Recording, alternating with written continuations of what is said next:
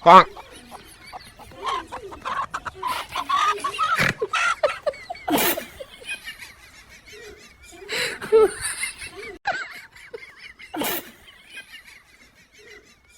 वालेकुम चाचा। ओ वालेकुम सलाम भतीजा, क्या हाल है? ठीक हो? गदन से अखी बनवाए वे चाचा। ऐसे होन बड़वा ऐसे। अच्छा अच्छा माशाल्लाह हुन मोबाइल शुबाइल चले ऐसे क्या करूं, खेल लगा बैठा रहिंदे, टाइम पास करेंदे बैठो हूं ही संगुड़ वो चलो मैं के खेल लग बहूं। सुना चाचा मुर्गियां शुर्गियां देना खणा। हां मुर्गियां भतीजा मैं रोज बिचे ना खणा अजन आज बेचंदा मुर्गियां भला हुन है कोई या ढकी खड़ी एक तुम्हारी खातिर। कितने दिए? ओ देखो तो सही देखो तो सही 500 रुपया किलो बिचे ना बैठा। 500 दी है के? जी बिस्मिल्लाह रहमान रहीम। देखो देखो किलो वाला चाजो।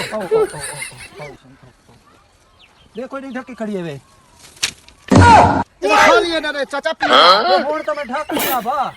पैसे दे वो सही मेरी चिट्ठी डालते इतबार कर, होन मैं ढक गया। कहना चाचा कहना ये तो मैं कुड़े तेरे मुर्गी का नहीं हुन मैं को क्या पता कौन चा गए यार थई के ढकी खड़ी है मुर्गी यार। भला कोई चोरी चाहे ना खड़े भतीजा वाला मेरा मुर्गियां।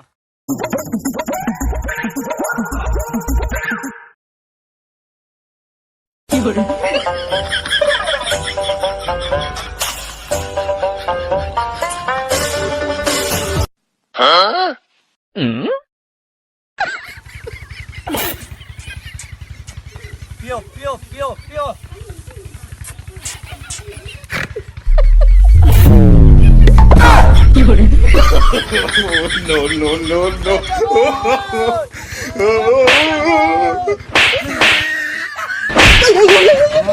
हाँ मेरा पुत्र बलाबल सोजा सांध ले सटा।